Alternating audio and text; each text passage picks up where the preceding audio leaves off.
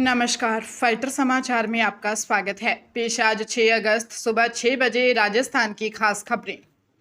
भारतीय reserve bank के governor Sanjay Malhotra की अध्यक्षता में आयोजित मॉनेटरी पॉलिसी कमेटी की बैठक में रेपो रेट को 5.25% पर स्थिर रखा गया है, जिससे लोन की ईएमआई पर कोई असर नहीं पड़ेगा और वे जस की तस बनी रहेंगी। जबकि इस दौरान न्यूट्रल रुख बरकरार रखते हुए स्टैंडिंग डिपॉजिट फैसिलिटी रेट 5% और मार्जिनल स्टैंडिंग फैसिलिटी रेट 5.50% पर बरकरार रखा गया है तथा आरबीआई गवर्नर ने पश्चिम एशिया में जारी तनाव और वैश्विक अनिश्चितता के कारण कच्चे तेल की कीमतों में लगातार हो रहे उथल पुथल का हवाला देते हुए यह फैसला लिया है, जिससे देश की मौद्रिक स्थिति और वित्तीय बाजारों में संतुलन बनाए रखने में मदद मिलेगी।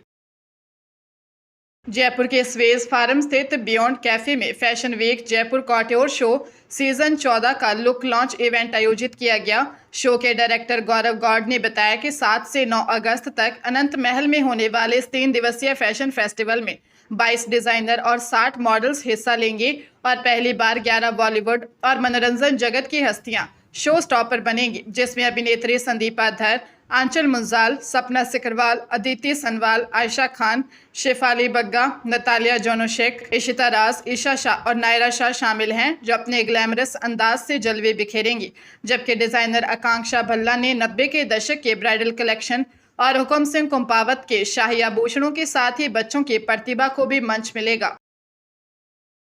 साउथ फिल्मों के सुपरस्टार से मुख्यमंत्री बने थलपति विजय ने नेतृत्व वाली टीवी की सरकार ने अपना पहला बजट पेश किया, जिसमें वित्त मंत्री एन मैरी विल्सन ने महिलाओं, युवाओं और छात्रों के लिए कई बड़े ऐलान किए हैं और चुनाव के दौरान किए गए वादों को पूरा करते हुए दुल्हनों के लिए अन्नसिर थिट्टम योजना के तहत 8 ग्राम सोना और रेशमी साड़ी के लिए 112 करोड़ रुपए तथा सरकारी अस्पतालों में जन्म लेने वाले नवजात शिशुओं को सोने की अंगूठी देने के वादे के लिए 560 करोड़ रुपए का बजट तय किया है। जबकि स्कूल शिक्षा के लिए 45,000 करोड़ से अधिक और समाज कल्याण विभाग के लिए लगभग 4,000 करोड़ रुपए का प्रावधान किया गया है, ताकि पारदर्शी और भ्रष्टाचार मुक्त शासन के सिद्धांतों पर चलते हुए सरकार चरणबद्ध तरीके से अपने सभी चुनावी वादों को पूरा कर सके। हनुमानगढ़ की साइबर थाना पुलिस ने ऑनलाइन बिजनेस के नाम पर 50 लाख रुपए की ठगी करने के मामले में केरल निवासी श्रीनिवास नायर के खिलाफ हंटर अभियान के तहत मुकदमा दर्ज किया है। साइबर थाना प्रभारी जगदीश प्रसाद इस मामले की जांच स्वयं कर रहे हैं। पीड़ित अमरेंद्र सिंह ने रिपोर्ट दर्ज करवाई है कि सोशल मीडिया के जरिए आरोपी से उसकी पहचान हुई थी, जिसने उसे ऑनलाइन बिजनेस में मोटे मुनाफे का झांसा दिया और 2 जून से 10 जुलाई के बीच अलग अलग बैंक खातों में 50 लाख रुपए जमा कराने के बाद स्टोर खुलवाने का वादा कर फोन बंद कर दिया। पीड़ित के रिपोर्ट पर पुलिस ने कार्रवाई शुरू कर दी है। उप मुख्यमंत्री दिया कुमारी ने जयपुर के डेहर का बालाजी रेलवे स्टेशन से वरिष्ठ नागरिक तीर्थ यात्रा योजना 2026-27 के तहत रामेश्वरम जाने वाली वातानुकूलित भारत गौरव ट्रेन को हरी झंडी दिखाकर रवाना किया, जिसमें जयपुर संभाग के 970 वरिष्ठ नागरिक समेत कुल 1000 लोग यात्रा कर रहे हैं और इनकी सुरक्षा व स्वास्थ्य के लिए 30 अधिकारियों व कर्मचारियों का दल भी साथ गया है, जिसमें दौसा के 528, खैरथल तिजारा के 316 और जयपुर के 126 बुजुर्ग शामिल हैं तथा 8 दिन की इस धार्मिक यात्रा के दौरान श्रद्धालु रामेश्वरम और मदुरई के प्रसिद्ध दर्शनों कर सकेंगे। जबकि इस अवसर पर देवस्थान मंत्री जोराराम कुमावत सहित कई अधिकारी व गणमान्य लोग मौजूद रहे।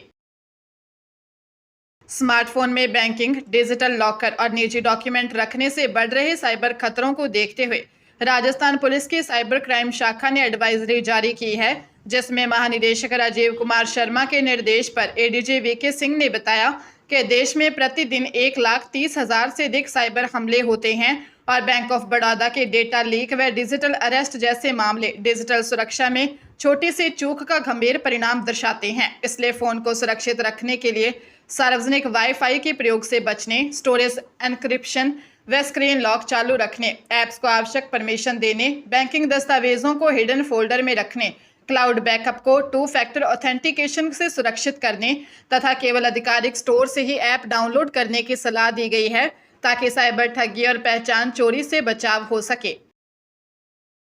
राजस्थान हाईकोर्ट ने पोक्सो मामले में एक आरोपी को 50,000 रुपए के निजी मुचलके और 2 जमानतों पर जमानत देते हुए पुलिस की जांच प्रक्रिया पर गंभीर सवाल उठाए हैं, क्योंकि पुलिस ने पीड़िता की उम्र निर्धारित करने में कानूनी प्रावधानों की अनदेखी की थी और कोई जन्म प्रमाण पत्र पेश नहीं किया था, जबकि जन आधार में उम्र 18 वर्ष और मेडिकल जांच में 15 से 18 वर्ष के बीच बताई गई थी, जिस पर कोर्ट ने किशोर न्याय अधिनियम की धारा 94 के तहत उम्र निर्धारण प्रक्रिया का पालन करने की बात कही और मेडिकल बोर्ड के बजाय केवल मेडिकल ऑफिसर की राय लेने को गलत मानते हुए आरोपी के लंबे समय से जेल में होने के कारण उसे रिहा कर दिया तथा इस आदेश के प्रति डीजीपी को भेजकर ऐसे मामलों की जांच करने वाले अधिकारियों को व्यापक प्रशिक्षण देने के निर्देश दिए हैं।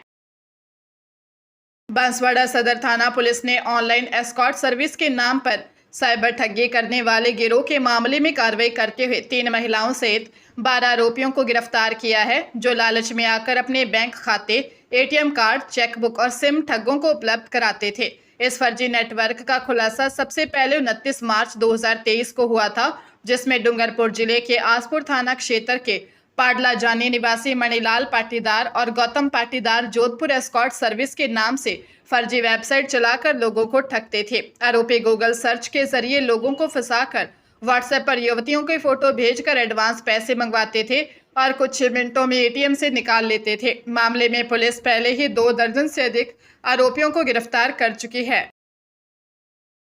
लुधियाना के थाना डिवीजन नंबर 6 की पुलिस ने आरती स्टील्स लिमिटेड की शिकायत पर नेशनल कंपनी लॉ ट्रिब्यूनल में दिवालियापन की कार्रवाई वापस कराने के बाद तय समझौता राशि न देकर 4 करोड़ रुपए की धोखाधड़ी करने के आरोप में instinct infra and power limited के निदेशकों रवि गुप्ता, सलील गुप्ता और स्वाति मित्तल के खिलाफ मामला दर्ज कर लिया है। आरती स्टील्स के अधिकृत हस्ताक्षरकर्ता संचित अरोड़ा ने बताया कि उनकी कंपनी 2011 से आरोपी फर्म को बिजली सप्लाई कर रही थी और मार्च 2025 तक बकाया राशि 4 करोड़ 42 लाख रुपए हो गई थी। वसूली के लिए एनसीएलटी में याचिका दायर करने पर आरोपियों ने 4 करोड़ 60 लाख रुपए 19 किश्तों में चुकाने का समझौता किया था, लेकिन चेक बाउंस हो गए और एनसीएलटी का मामला खत्म होते ही पूर्व निदेशक स्वाति मित्तल ने नई कंपनी बनाकर पुराना कारोबार ट्रांसफर कर दिया ताकि देनदारियों से बचा जा सके।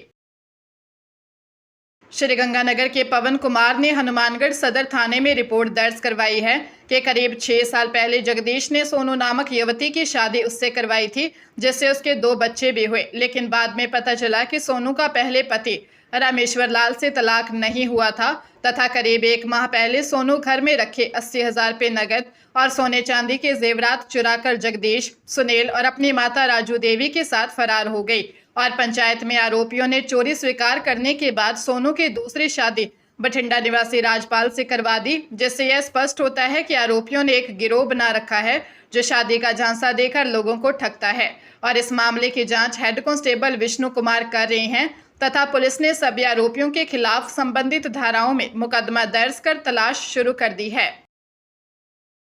करौली जिले के सपोटरा थाना पुलिस ने साइबर अपराधों के खिलाफ कार्रवाई करते हुए फर्जी सोशल मीडिया आईडी के जरिए लोगों को सेक्सटॉर्शन का शिकार बनाने वाले कानापुरा निवासी मनसुख मीणा को रंगे हाथों गिरफ्तार किया है, जिसके कब्जे से अपराध में प्रयुक्त एक आईफोन जब्त किया गया है और जांच में खुलासा हुआ कि आरोपी व्हाट्सएप व टेलीग्राम पर अश्लील चैट व वीडियो भेजकर लोगों को ब्लैकमेल करता था तथा सेक्सटॉर्शन के माध्यम से पीड़ितों के बैंक खातों से पैसे अपने खातों में ट्रांसफर करवाता था, जिस पर पुलिस ने विभिन्न धाराओं में मामला दर्ज कर आरोपी से पूछताछ के आधार पर इस सेक्सटॉर्शन नेटवर्क से जुड़े अन्य साथियों की तलाश शुरू कर दी है और आमजन से अपील की है कि वे सोशल मीडिया पर सतर्क रहें तथा ऐसे सेक्सटॉर्शन मामलों की सूचना तुरंत पुलिस को दें।